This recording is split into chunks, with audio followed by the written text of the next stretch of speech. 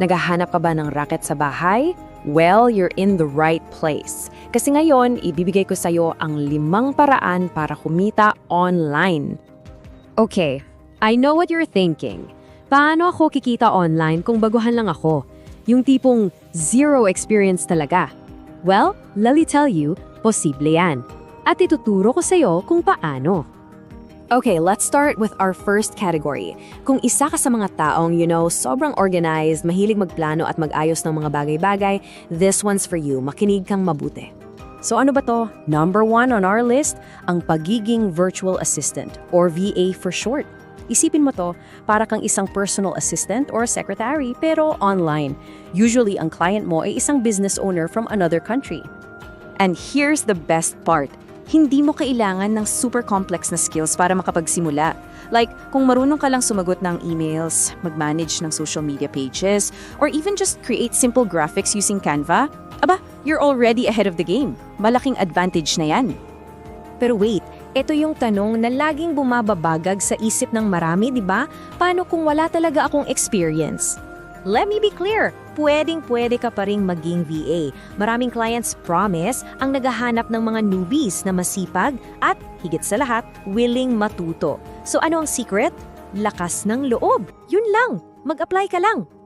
Okay, so aside from being a VA, ano pa ba ang pwedeng gawin ng isang organizer?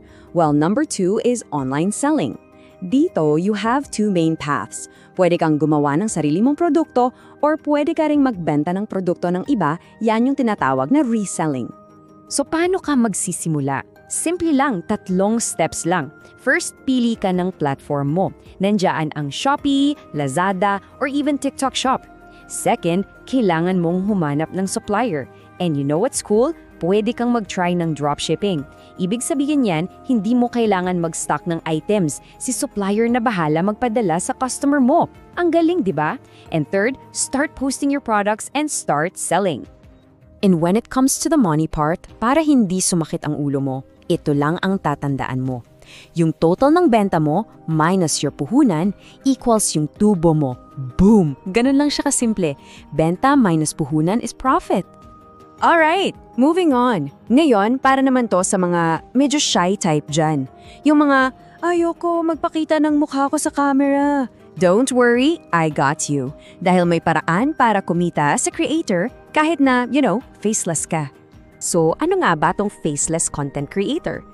Basically, ikaw yung gagawa ng videos for platforms like YouTube, TikTok, or even Facebook Reels. Pero hindi mo kailangang ipakita ang mukha mo. Ever.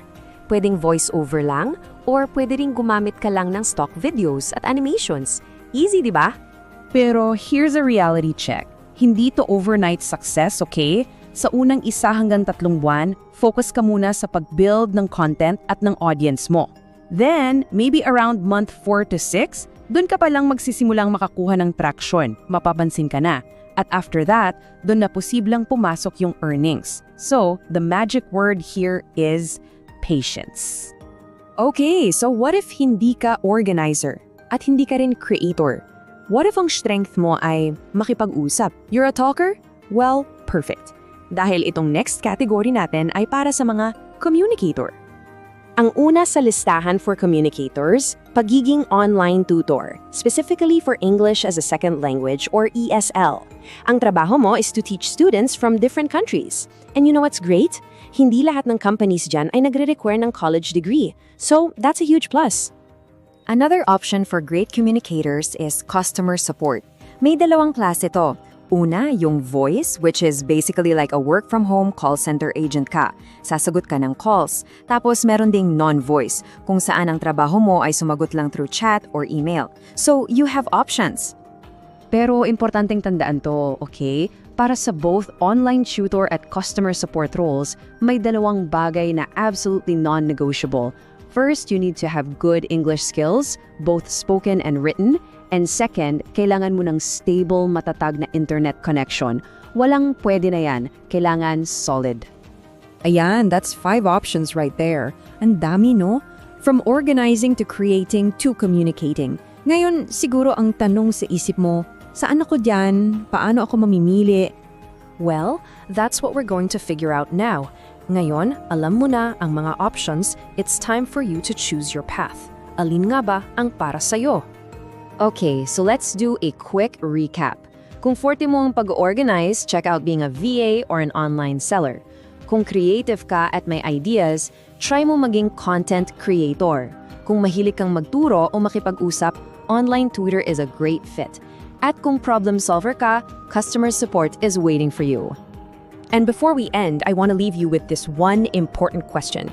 Pag-isipan mo to ng mabuti Sa lahat ng to, ano yung skill na meron ka na now? As in right now, yung skill na pwede mong gamitin para makapagsimula, maybe even today.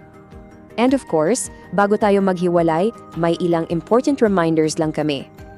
Okay, super important po ito. Lahat ng napag-usapan natin ay for educational purposes only. Hindi po ito financial advice. For any financial decisions, please make sure you consult a professional financial advisor. Sila po ang mas makakatulong sa specific sitwasyon ninyo. Thanks for tuning in to Silent Wealth. Please subscribe and hit the notification bell so you never miss out on the latest tips and strategies to grow your wealth.